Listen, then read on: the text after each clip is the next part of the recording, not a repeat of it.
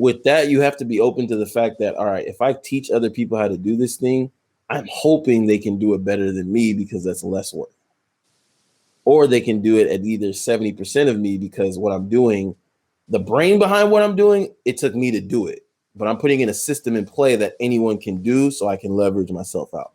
You're more so looking for the patent saying, I created the cure for air. Like, huh?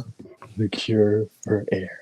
You are experiencing the Learned on Accident podcast. Listen, laugh, and learn on accident with Kolmus and Johanse.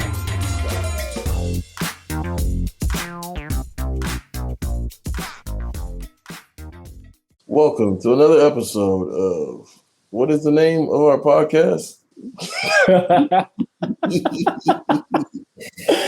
It's episode 3. You still ain't got it down. Learned on Accident. The Learned on Accident podcast. Learned on Accident with your host, me, who just learned our name on accident. Oh, that's Coleman. That's my best friend Kolmus, and my name's Johanse. It rhymes with Beyonce, starts with a Y, Johanse. And like we said, you're listening to the Learned on Accident podcast, where Kolmus and I, we go over a bunch of our different entrepreneurial moves and what we're doing. And we share that conversation with you, and you'll listen, you'll have a good time with us. And if you end up learning something, it'll be completely on accident, but we will be dropping gems on every single episode. So what do you got going for today, Kolmus? Man, just want to start off by saying I called Johansen this morning. We made some money, even though I got to the call late. Then we talked some more money. I had to do another call. Today's pretty much just been a strategical admin Monday, if that makes sense. Handling a lot of admin. Because I'll say this, one thing I just realized is that as an entrepreneur, busy comes in different forms than you're trained to. Like, normally people feel like, oh, if they're not doing busy work at all hours of every second, they're not technically busy. Like, you don't know how to be busy with tasks for a project or an overarching goal. So busy looks different, and that's what you have to get accustomed to, if that makes sense. I'd rather things just fall into a routine, but they're just not that way for me right now. I mean, don't get me wrong, as far as waking up this morning and the stock market opened up and we traded a couple of options and everything, that felt a little bit more routine as I'm starting to learn more of the details on how to do some of that stuff. But I think I caught 2 fires this morning where I'd say issues just happened with my business. So the first one, I had my Google ads turned off. And I know some people, what do you mean your Google? There's this identification thing where they want to do extra identification work that Google wants to do in order to validate everyone who has their Google Ads account. Well, I thought I did it correctly, and apparently I'd passed the grace period. I haven't done it correct. So they turned all my ads off of all my websites.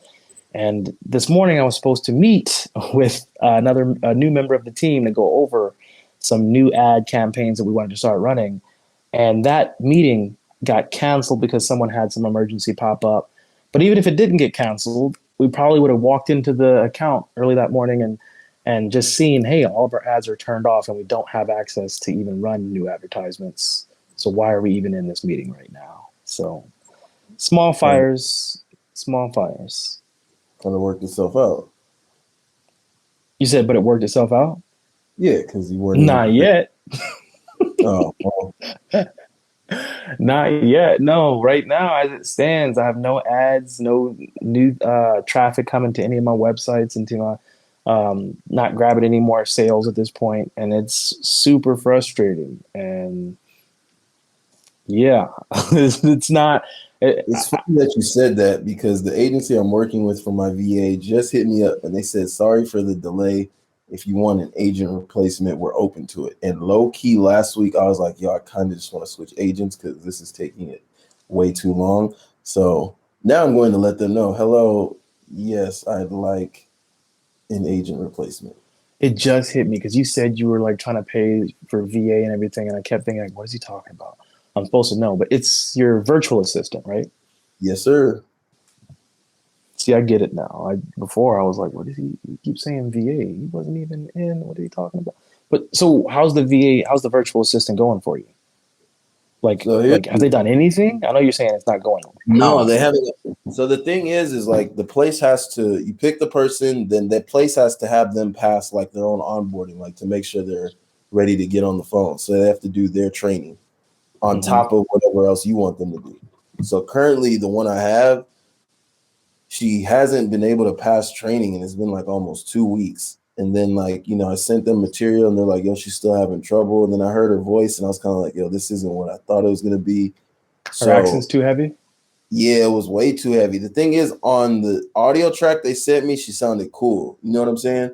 But then Mm-hmm. talking to her, I was like, no, this is gonna be a huge disconnect. So I just didn't know how to nicely put it. But then they were like, we're gonna keep training her, see what's going on. And then So she are just you hit me. paying? Go for it. Here's how it works. Let me let you know. Up front, you just pay 2 weeks invoice, and that clock doesn't start until they actually hit the phone. The training and all that stuff, you're not charged for. Mm-hmm. So she hit me again today and was all like, hey, sorry for the delay, but do you want me to find you another agent? And I'm all like, perfect, because I actually do want a different one. Because my thing is, if you already know how to do real estate stuff, then I shouldn't really be teaching you from the ground up. That kind of defeats the purpose, Mm-hmm. Mm-hmm. It was like my whole point of going through you all was because your agents are familiar with real estate and all this stuff. So it should be a plug in and play. Everybody's familiar with real estate. They live in a house or an apartment. Who live somewhere. So Not boom, even I'm that. familiar with. Everyone's like at this call center, they're familiar with, working for real estate agents. Like, you Mm-hmm. know how to call leads, set appointments, do that. I just would It have to tell you sounds. Yeah. basically. So it's like It if you're sounds like a not, keyword though. huh? It sounds like a keyword. It sounds like they're putting it out there because they want to reach that type of audience. But how does that necessarily mean that they've had like the person you got could be very unfamiliar with it and they're just a new kid off the block. Nah, So so that's the thing. I asked you, I'm good at asking questions. So when I did the interview with them, I asked questions in a way that you'd have to tell me the truth on accident. Like, mm-hmm. okay, you've done real estate. How long did you do it for? What was the dynamics of the campaign? What was your goal? What was the convert? You know what I'm saying? Mm-hmm. If you just ask, have you done real estate before? And they say, yeah, and that's it, then you didn't really sift them correctly. But if you ask, like, do you know how to handle rebuttals, or what type of leads did you call? What were you doing with these leads? That kind of takes care of it. Man, I feel like I would fail the test. And that's the thing. And here's the thing. The key to asking questions is just ask them like a child would.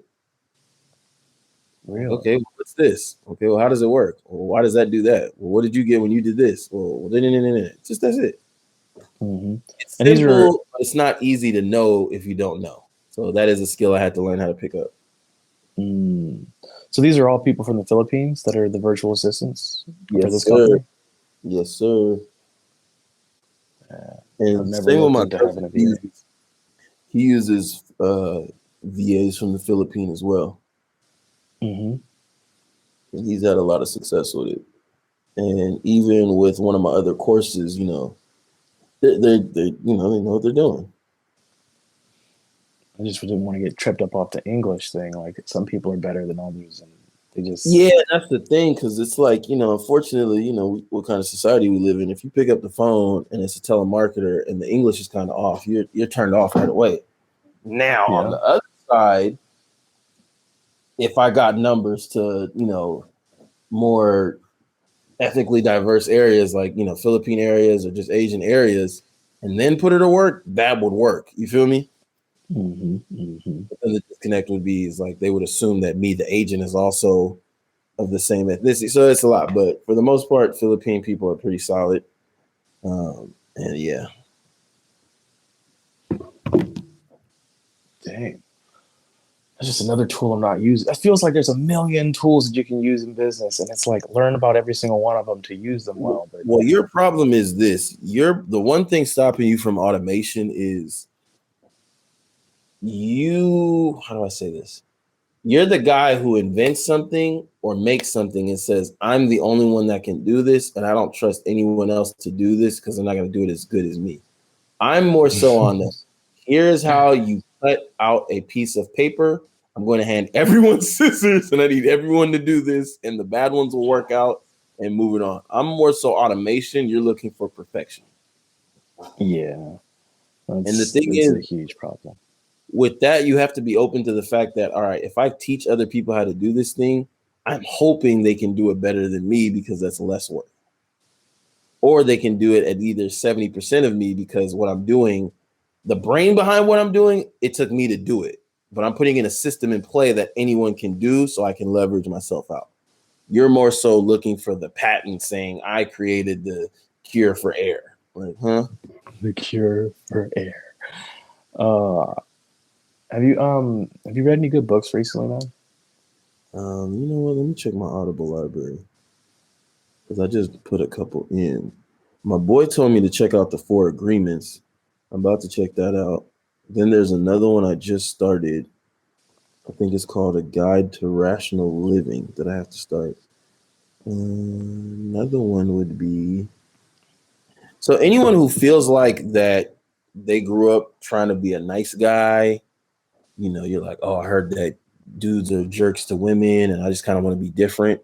You should check out the book by Robert A. Glover called No More Mr. Nice Guy. That was an easy plug right there. I never heard of it. No more Mr. Nice Guy. Does that apply if I'm not a nice guy?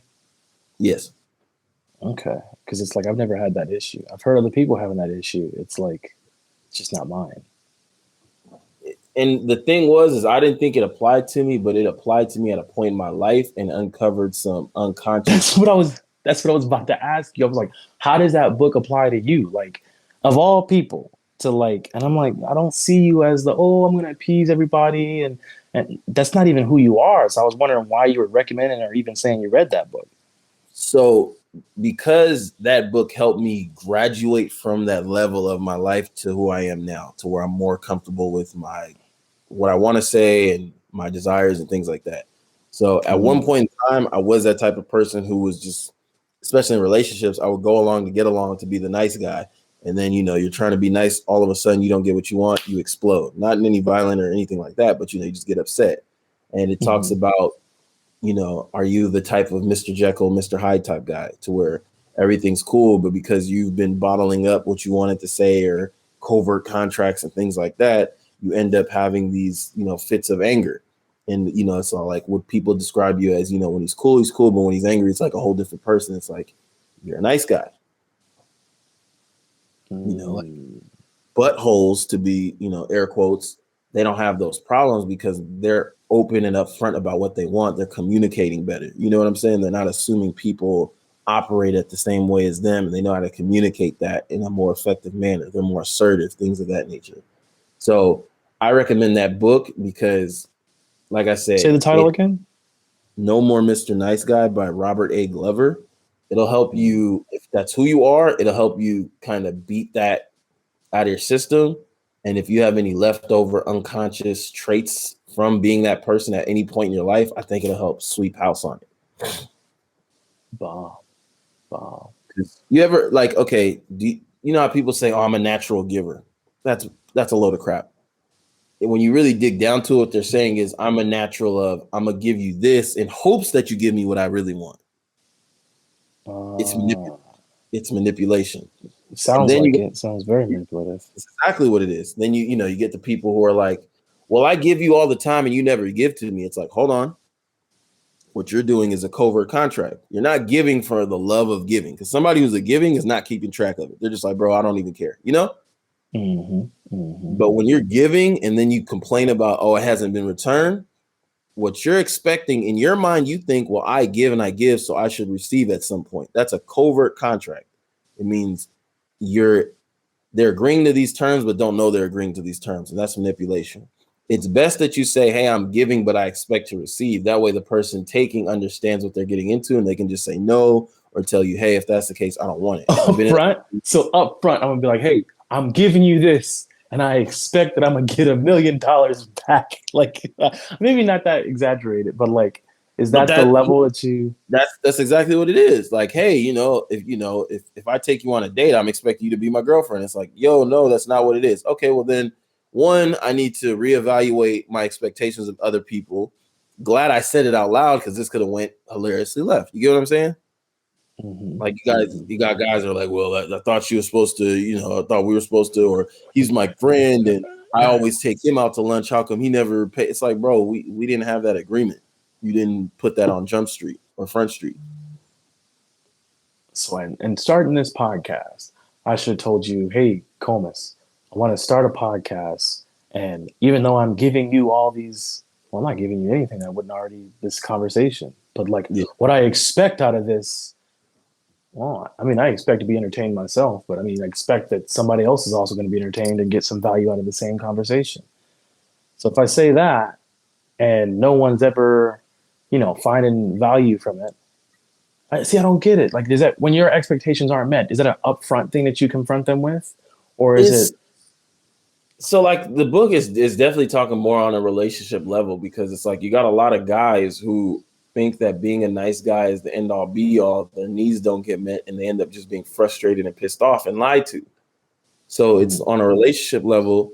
You have dudes you have men who feel like I do X, Y, and Z for my woman, therefore I should be entitled to this or entitled to that, And it's all like, okay, well, no, you are not entitled to that.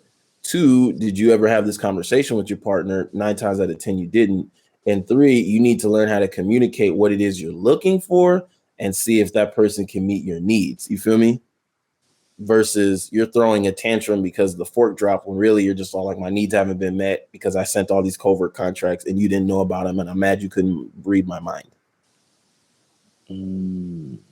It's a really heavy book. Like it's a simple read, but it's a really, really good book. Like psychologically, it's one of those ones that kind of took my brain and did a very, very nice paradigm shift. Yeah, man. Well, I know we touched on a few subjects on this one, but for the next episode, we got to make sure we get onto the what's going on with the one funnel away challenge and your funnels and really dive into the training that we're talking about that you're going through for this next 30 days. Absolutely. And then along with that, I'll just give them an insight as to what I was trying to wrap my brain around as far as the process of it the last week and a half and today and how it kind of marinated and culminated into, me being more positive in the system. Oh, yeah. We'll talk about that more in the next episode. All right. Till next time, everybody. Peace. Goosh.